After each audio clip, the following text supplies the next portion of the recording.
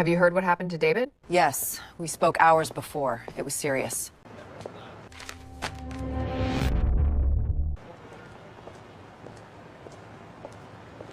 Did he tell you what it was about?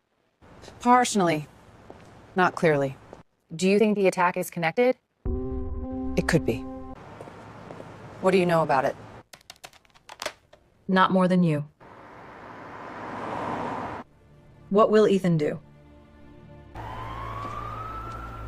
We'll wait and see.